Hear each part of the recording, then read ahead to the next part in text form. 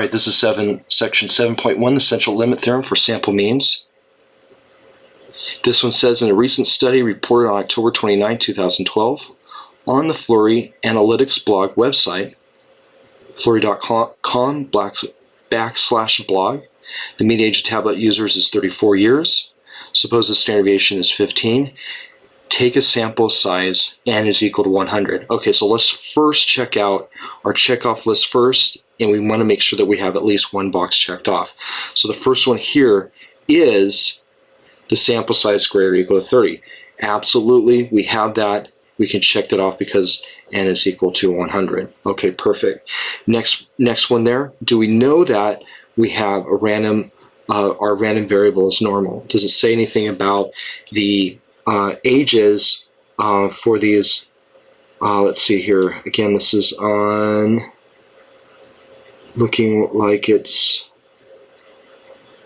well, yeah, for tablet, for age users. Okay, so it says anything here about age users or the ages being normally distributed, nothing is said. So I can't check that box off. But what's good is that we have at least one box checked. So that's what it says, you know, to iterate here, that it says at least one must be true. So we're okay, and we get everything down below to verify. So let's go and fill that out. For the first part, from sentence, typically from the first sentence there, it doesn't, you know, necessarily have to be there, but we do know that here it is. For the mean age for tablet users, we have 34 years. So there's for random variable x for 34 years, and down here is for the 15. The distribution is nothing is said about that, so I'm going to put unknown.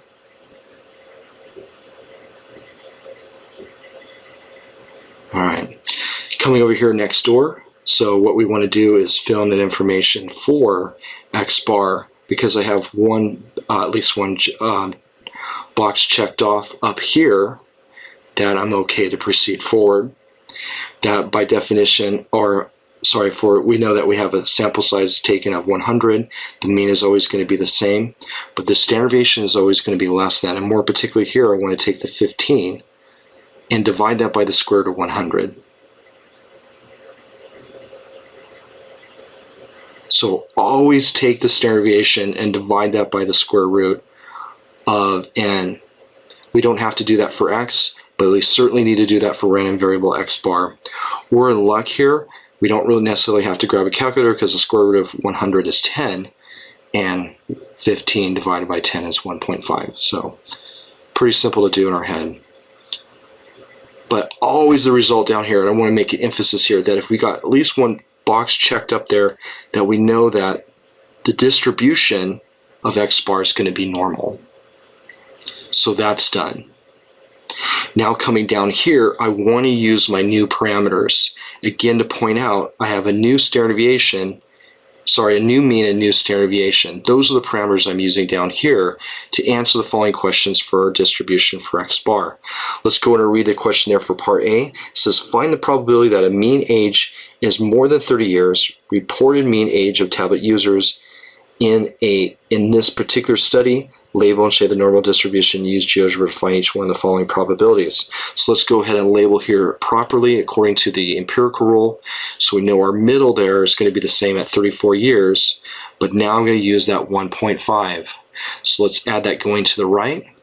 34 plus 1.5, 35.5 plus another 1.5, 37.0 plus another one, 38.5. Let's subtract going backwards. 34 minus 1.5 is 32.5, minus another 1.5 is 31, and then one more time at 29.5. So that completes the scale. And actually, once we go to part B, to find the 95th percentile, we'll end up doing the same thing, applying that for the essential limit theorem for the group of 100 sample. So we want to apply this theory for that group of people, not just for one individual. All right, now let's go ahead and here find the probability. Let's narrow in on that. It says more than 30 years. So more than is going to be a bracket here. In this case, when we go ahead and grab the GeoGebra calculator, I want to have that bracket open to the right, and that's to indicate the quote idea of more than.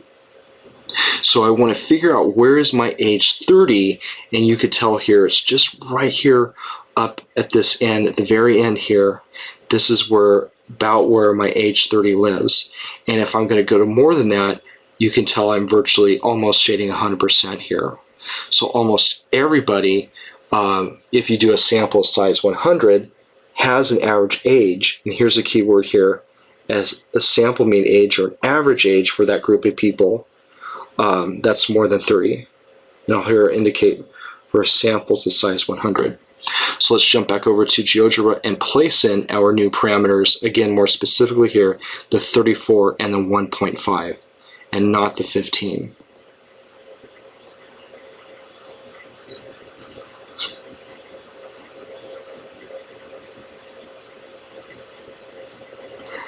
Alright, so again I've got our mean of 34 and our new standard deviation at 1.5. In this case, we want the bracket facing to the right, and we're going to place in there the more than 30, or placing in that 30 bottom right box there. That almost shades everything there. You can tell 0.9962 or 99.62%.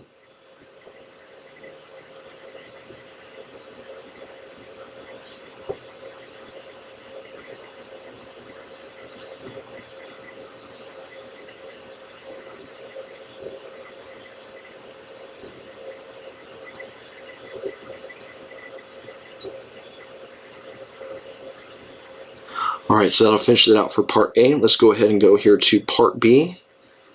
Slightly different case, but this time we're looking at what's called the 95th percentile.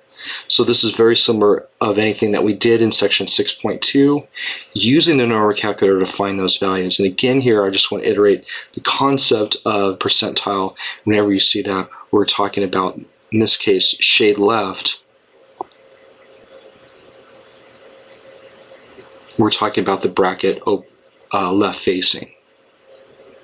So we want to do that here for a sample mean, and they're iterating there for that group, that same group there at n is equal to 100. So a group of 100 individuals, find that their average age is at that 95th percentile. Here looking at this, if I shade to the halfway point, that would represent 50%. So the mean is always the 50th percentile, but I just need a little more than that. I need 45% more. So perhaps here we're going to be right here between the first and the second standard deviation. So essentially I'm going to shade everything up to this point. I'm not going to know specifically what this number is until I use a calculator GeoGebra to do that. But here to point out that 95% here is shaded on the left. And I need that to match up with the calculator to find that percentile. But here, this cutoff point here, separating that bottom 95% from the top 5% is going to be the answer. In this case, I wanted to say you can take either perspective. You can go left or you can go right, but more often cases you just stick with the percentile and you should be fine. So let's jump back over to the calculator and now change that bottom right box to, keeping our parameters there at the 34 and the 1.5. Let's change that to the percentile, 95th percentile. We want our bracket face to the left, so I have to start this over again. So make sure and do what I did and grab that bracket first. There we go. So there's our cutoff point, 36.4673. Again, 36.4673.